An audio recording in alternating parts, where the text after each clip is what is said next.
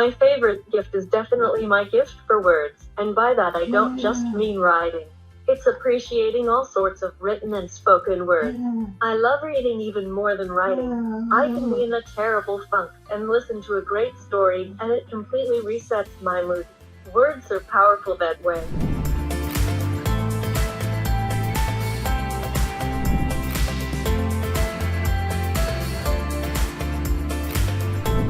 Hi, I'm Heather Marie Montilla, and you are watching PBS Books. Thank you for joining us for the 2024 National Book Festival Author Talk Series. Since 2015, PBS Books has shared with audiences across the country the voices of dynamic, diverse authors as they attended book festivals.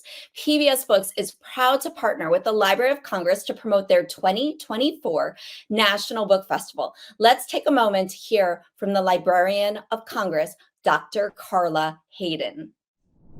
Greetings from Washington to all fellow book lovers.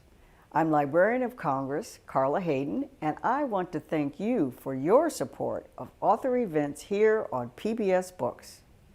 We hope you can join us on Saturday, August 24th at the Washington Convention Center for the 2024 National Book Festival. We'll have an amazing lineup of authors, including Doris Kearns Goodwin, James McBride, Sandra Cisneros, Tamron Hall, and many more. And if you can't make it to DC, you can watch the live stream or videos of the festival online. Hope you have a wonderful summer and happy reading. Thank you, Dr. Hayden. We are also grateful to our station partner, Kansas City PBS, as well. Let's take a moment to hear from Cliff Keel, CEO of Kansas City PBS. Thank you, Heather. Hi, everyone. I'm Cliff Keel, President and CEO of Kansas City PBS. I want to thank PBS Books and the Library of Congress National Book Festival for hosting this insightful conversation with Susan and Lexi Haas, authors of The Year of the Buttered Cat. This book is particularly significant to me as it raises awareness during National Disabilities Pride Month and highlights the incredible work done by Children's Mercy Hospital right here in Kansas City. This book also ties in with this year's book festival theme, Books Build Us Up. At Kansas City PBS, we strive to empower learners of all backgrounds through our local education work. Every year, we host literacy programs that highlight varying abilities, and every fall, we host programming for our neighbors at the Kansas City Children's Center for the Visually Impaired. Our goal is to inspire lifelong learning for people of all abilities, and I hope discussing The Year of the Buttered Cat inspires you too. Back to you, Heather. Thank you, Cliff. The 2024 Library of Congress National Book Festival takes place at the Walter E. Washington Convention Center on Saturday, August 24th from 9 a.m. to 8 p.m. This event is free and open to the public. So if you're planning an end of the summer getaway, add the 2024 National Book Festival to your summer plans. For more information on this amazing festival, lineup of events, and much, much more, go to loc.gov/bookfest. Well, now the moment you've been waiting for. To talk more about the festival, we have the 2024 Library of Congress National Book Festival featured authors, Lexi and Susan Haas, to discuss their book, The Year of the Buttered Cat. Welcome, Lexi and Susan. Hi, thank you so much for that. I can't wait to do this with you. We are so excited to have you both here today. It is so wonderful to have you.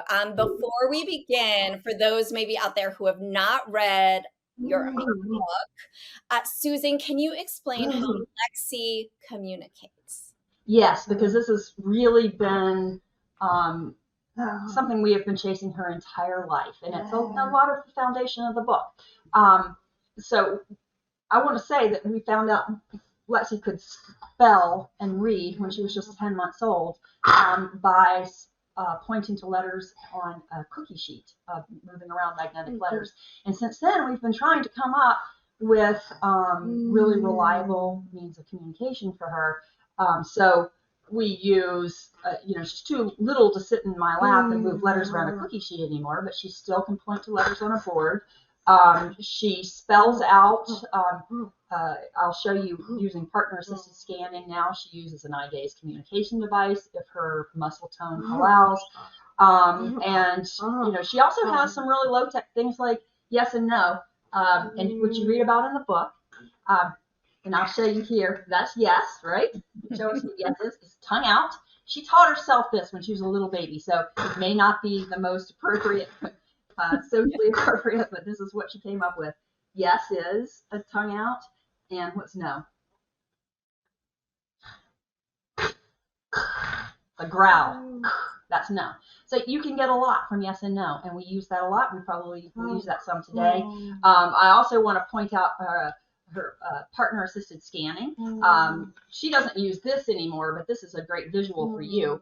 A wonderful speech therapist made this for us, Dawn Sowers, and it codifies letters. It's called partner-assisted scanning, and it codifies letters into color groups: red, yellow, green, and blue. So when she wants to spell, she'll stick her tongue out when you get to the correct letter, but instead of having to go through the entire alphabet every time she wants to spell something, you go through the colors.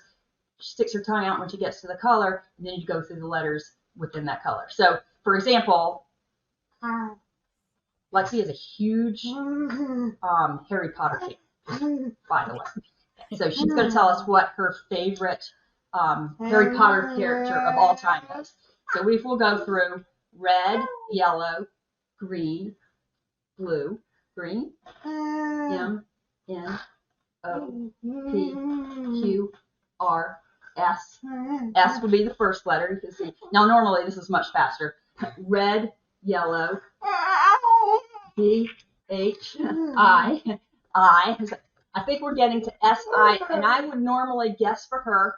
I'm sort of her predictive spelling. I'm thinking Sirius Black is what she's going to do. So that gives you an idea. She's actually very fast with this. She doesn't use that. She's got it all in her head. She does it with her sister for college classes and whatnot, but just gives you an idea of how we spelled out her answers for questions today. And we did write. We managed to get some questions from you guys ahead of time, and she has spelled them out. We have put them on a predictive spelling app, and it's going to be in her iPad. So the viewers can see that we'll just touch the correct answer there, and you will hear synthesized voice, which can be a little difficult to listen to, but that is how she is going to participate today with her longer answers. Well, thank you so much for taking the time to explain all of that to us. We're so excited to get to know you and Lexi, Susan and Lexi, more during this conversation. I was hoping that you could briefly, Susan, if you could describe and summarize the book and what inspired you both to write it. Sure. Now, Lexi wrote a summary, and then I'll talk about inspiration. Is that okay? Oh, I would love that. Thank you. Okay. So here's Lexi's summary.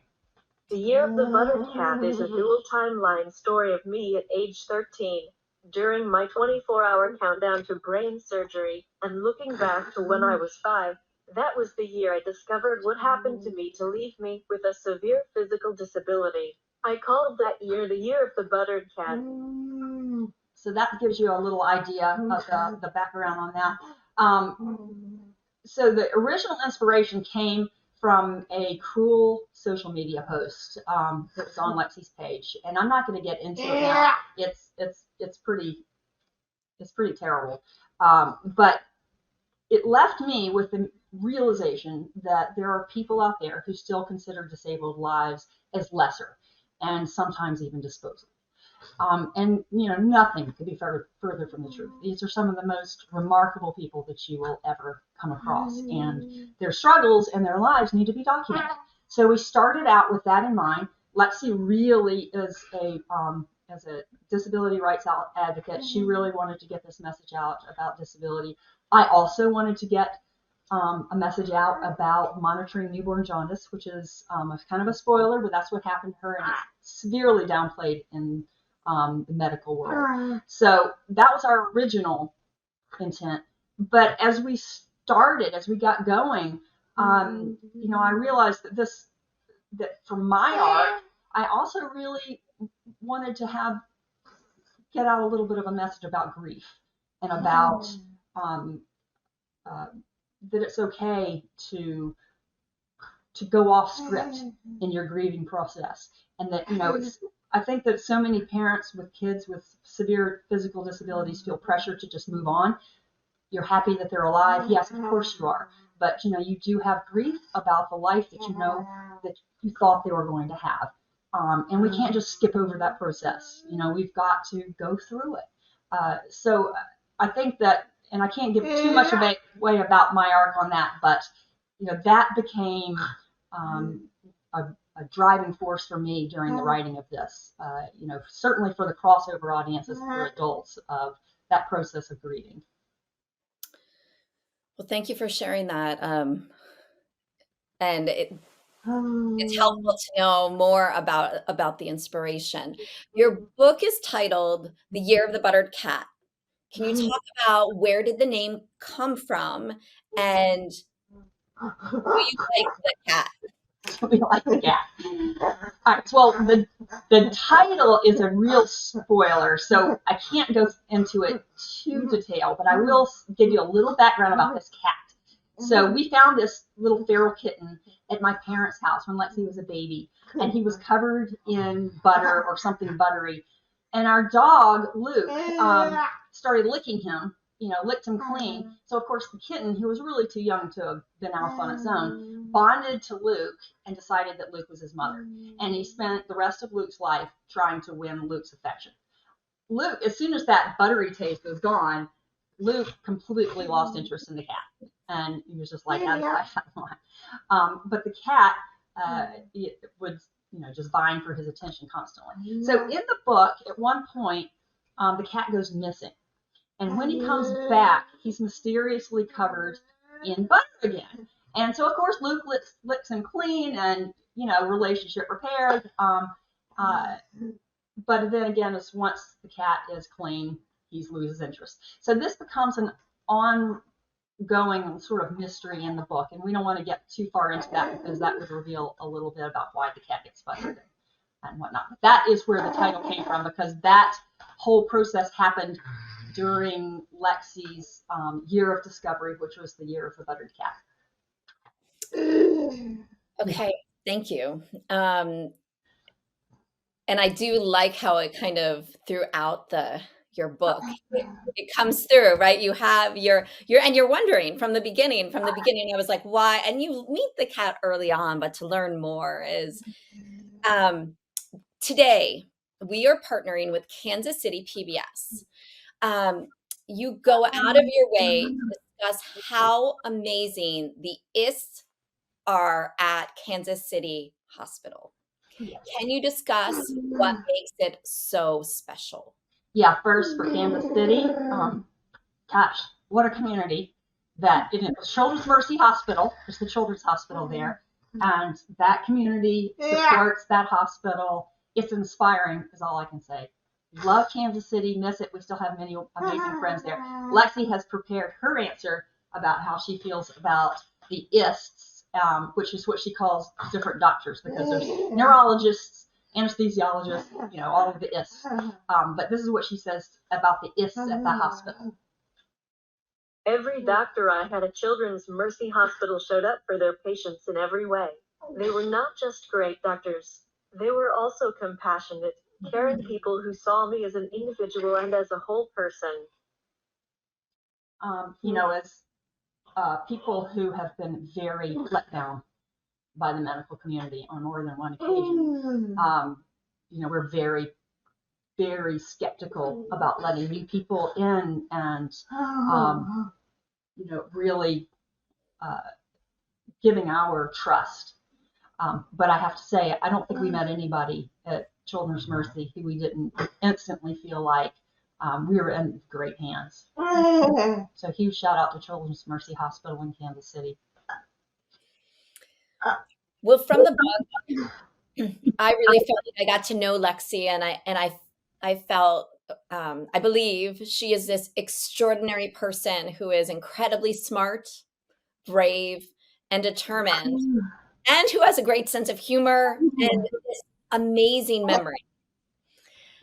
This book tells the story, and it helps us to get to know her and your whole family. Lexi, since you were little, you've really, it seems, have been considered an old soul. Do you still feel like an old soul? Well, she has an answer for this too on her device. I think a lot of that comes from the fact that I have 4 older siblings, and I've always spent a lot of time in my own head. When you can't do much on your own, you have to find ways to entertain yourself. But not all of those reflections are old or serious. When I was younger, my sister Hannah would help me send text messages to characters in whatever book I was reading.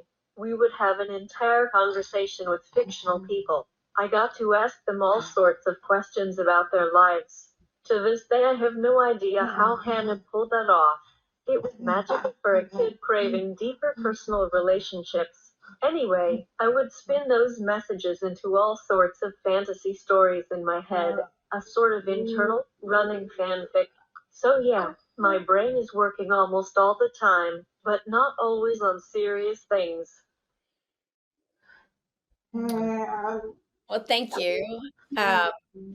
I feel like we've even gotten to know you a little more. In your book, you're in search for your gifts. What do you consider to be your favorite gift? And I think we both have answers for that because we have different answers for that. So here's what Lexi had to say about that. My favorite gift is definitely my gift for words, and by that I don't just mean writing. It's appreciating all sorts of written and spoken words. I love reading even more than writing. I can be in a terrible funk and listen to a great story, and it completely resets my mood. Words are powerful that way. Yeah, she has always been a huge, writer and reader. She often reads a book every day. Will devour them, and she has a T-shirt that says "emotionally attached to fictional characters," which is like totally her. She very much gets into her world. However, I have to say that in her life, her gift for humor and optimism were what really kept me going. I can remember early on, and this is sort of part of that grieving process of feeling very depressed about everything that happened. And but I had this really happy kid, despite everything that was thrown at her. I mean, she's always just been really happy, and I thought, you know what? If she can be happy, I can be too. And she's really sort of been. I've always looked to her to sort of guide my own internal journey with this. She is okay with it, so I'm going to be okay with it. And certainly it's not that simple for sure, but her optimism and happiness has just and she's so funny. She's just always hysterical. Those things just it's hard to be depressed and sad when you're around that all the time. So those are my favorite gifts. In the book, Lexi searches for answers to what happened to her and what is being concealed. How has this book helped you to endure your sinkholes and share about your own self-discovery? Okay, let's get she's got an answer for that one here. Like I said earlier, since I have limited fast communication, I spend a lot of time in my head. I'm not complaining. I like it there. But I do sometimes get swallowed up by these sinkholes, my fears and anxieties. Writing shines a light down into these holes. Working on Buttered Cat taught me that getting those fears out of my head and onto paper makes them more manageable. I hope it inspires other people to talk about things that are scary to them. I will say that, just writing this whole book was just cathartic for both of us and healing for both of us. When we had to write things out, difficult scenes when they were being edited, sometimes had to be edited 5, 6, many more times because we just couldn't instantly get to that emotional place that we needed to be at, that needs to come through in the story, because there was a wall up. And so we would, especially, the big reveal scene where Lexi learns what happened. I mean, I still want to cry when I think about that, because we would sit down and we would write, and then we would cry. And Lexi would have to have some time down in her room to listen to our books. I would go for a run, and we'd sit down and we'd write and we'd cry some more. I mean, it was just a process that was that really helped, I think, me especially let go of some things that I had been holding on to for a really long time. And Lexi, of course, has her own take on it, but she did a great job of confronting some things that were really painful, especially during it's a dual timeline. So at the first part, she was actually going through that second brain surgery when we were writing that. So that was so useful, having those things going on at the same time, and she could write about it and just disperse that tension for herself. Well, as we're talking about this, if you could share maybe a little bit more about your collaboration process, because that's what we're discussing, is how you went back and forth, and even 2 different time periods by which, then is interwoven into this amazing book.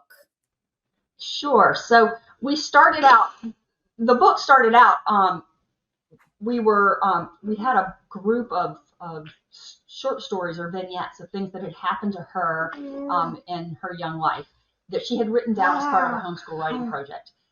So we had these little stories, but they had to be pulled together into the backstory part, which was the Year of the Buttered Cat.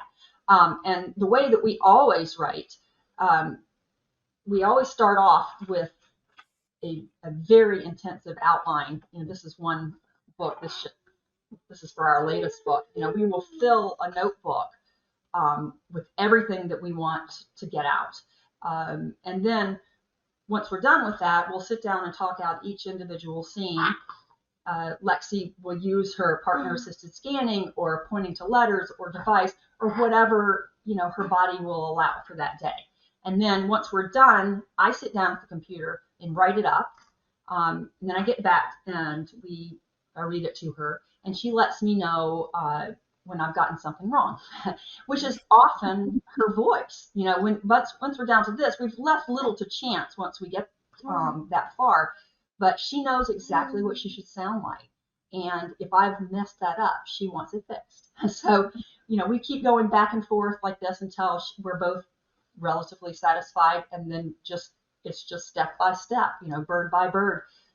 5 years for that first book of back and forth. Now we're much faster. We've gotten a lot. I think that the partner-assisted scanning has really helped a lot, but we're much quicker on our communication with one another. And we also know what makes a story, right? When we first started this one, I had been a lifetime medical writer. I was a good writer, but I wasn't necessarily a good storyteller. So, we had to learn that together along the way. Understood. Well, one of the things besides the writing and the words I loved in this book were these amazing family pictures. And so I wanted to ask you both to share, do you have a favorite? We do. You want to go first? Yes. All right. I love the picture of me and my 4 siblings, the one where my brother Tucker is lying across my lap. That day is burned in my memory. We all had so much fun. I'm so grateful for those 4 people who made me feel entirely normal growing up. They always had my back. They also held me to the same standards they held each other to. I didn't know how valuable that was until I was much older. Yeah. So Lexi is very attached to her siblings, as you can tell in the book too. But Yes. they're amazing siblings. They're wonderful people. My favorite is actually the 2 family pictures. One is like just a normal one of us sitting on our staircase, and the next one we've got spoons on our noses. And I think it's just so representative of our family, is that we don't take ourselves too seriously. I think that has really, the humor and that and love has really gotten us through some really dark times. But just laughing as much as we possibly can at ourselves is. I think that was really representative of that picture. Yeah.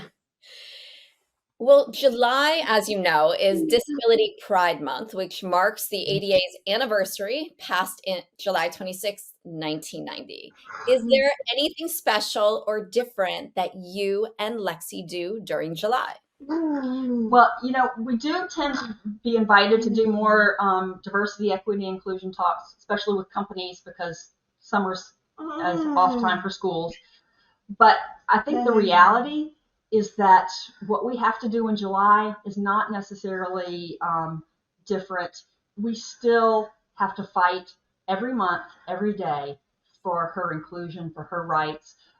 That act was an amazing start, but it wasn't a silver bullet, and it's only as good as how it's enforced. And today more than ever, we are, under the gun for not having enough community-based services for people. Unfortunately, the way the law is set up now, it's really biased towards institutionalizing people, which means that they could get better services and more services, easier access to services if they're in an institution than if they're in their homes. So it's a constant battle still. So July, we'll see us still fighting for both her and other people's rights and being included in their community. We actually were fortunate to have Judy Heumann on our show about 2 years ago, where she passed away. She's obviously an extraordinary advocate as well. That's cool. In your book, Lexi discusses writing another book. So, what are you working on? All right, you ready? Lexi's got a little summary here. She summarizes it better than I do. So here we go. Yes, we have sold our second book to Little Brown. This one is middle grade fiction, but it still features characters with disabilities. It's about a group of kids in a special education class in a downtrodden school in rural North Carolina. The kids have a pretend school of magic in their self-contained classroom. After an encounter with the school bullies, these kids fool the rest of the school into believing they are actual wizards. The question becomes, can these kids save the school by using their pretend magic to make the general education students believe in themselves? So that one, yep, sold. It's fiction, so it's not about Lexi this time, although you can see her in the main character, Lil. It's called Fooled, and it will be out next fall from Little Brown. Well, we're looking forward to it. Maybe you can even come back if you have time. I know. Love that. So the Library of Congress National Book Festival, such an amazing event every year. What does it mean to be part of the festival this year, especially in relation to the theme Books Build Us Up? Okay, Lexi, you ready for yours? When I heard we were chosen to present at the Library of Congress Book Festival, I cried. Actual tears. It's been such a long road for us and this book, but this is a new beginning. I'm the person I am today, in part because of the books I have read. I take a little piece of each one with me. I think it's so important to read about lives that are very different from our own. She's very right. This has been such a long road with this book. We originally published during the pandemic, came out in April of 2021 with Penny Candy Books, which is a wonderful little publisher who published all sorts of difficult conversation books. But unfortunately, they didn't make it through the pandemic. We had sold out of 2 printings, but they had to go under. Our wonderful agent, Karen Grinchick at Red Fox Literary, said this can't go out of print, and she sold it again to Andrea Spooner at Little Brown. Thank goodness to them. So, we're now back in print as of May this year. And so to be back out, being able to be back out in the community and talk about persons with disabilities and talk about Lexi's life, and to be in the very best book festival in the world. I mean, it's a dream come true. We just couldn't expect anything better. Well, I hope I'll get to see you there next soon, very soon. I hope I get to see you.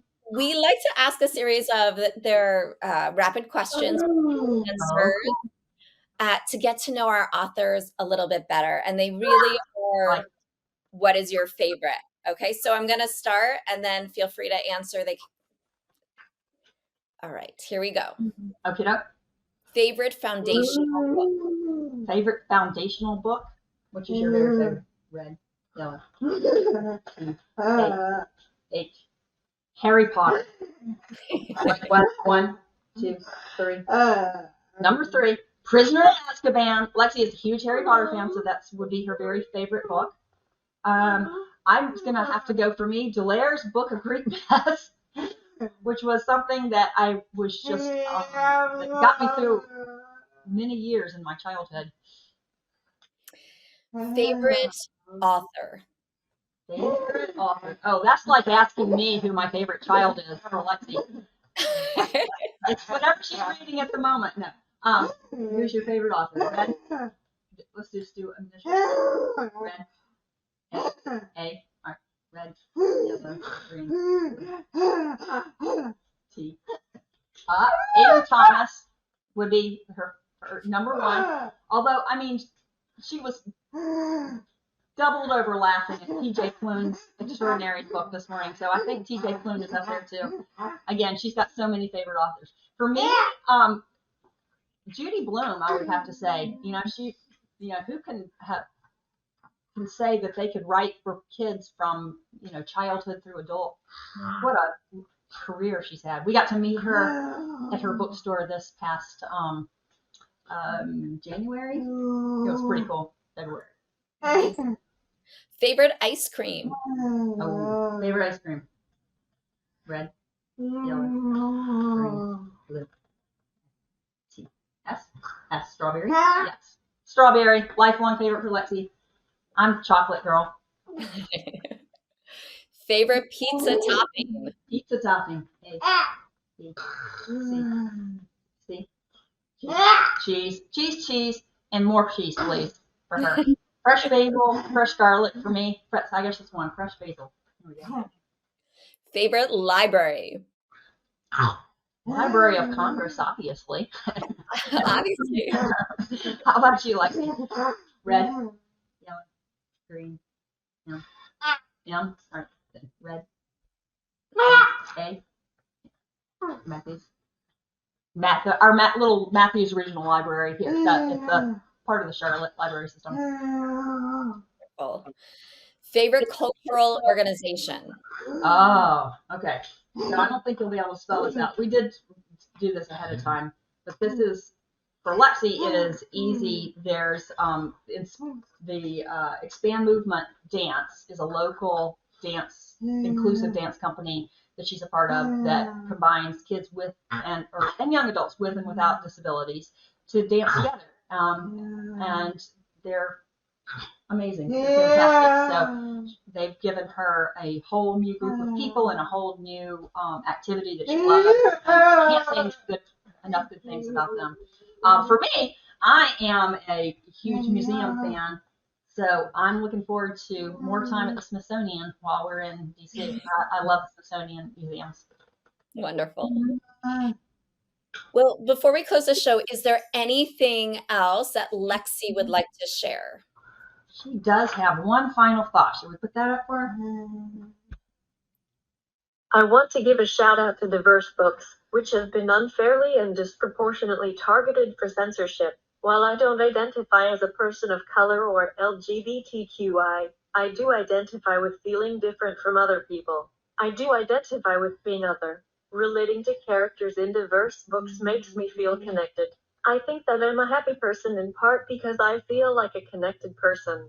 When we read a story and feel we have a connection to a character that on the surface is very different from us, that's an amazing and life-changing revelation that we need to preserve. Very well said. Good. Yeah. Very well said. Well, thank you, Lexi and Susan, for spending this time with PBS Books, with all of our members and with library audiences throughout the country. And thank you for sharing really the behind the book details of the Year of the Buttered Cat. Thank you so much for having us. and thank all of you for joining us today. Make sure to like and subscribe so you don't miss out on any of the 2024 National Book Festival Author Talks.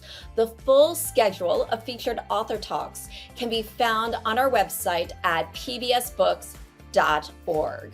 And don't forget, you can be part of the festival on Saturday, August 24th from 9 a.m. to 8 p.m. The event is free and open to the public. You can also stream and curate your own experience. Visit loc.gov/bookfest for all the details. Until next time, I'm Heather Marie Montilla, and happy reading.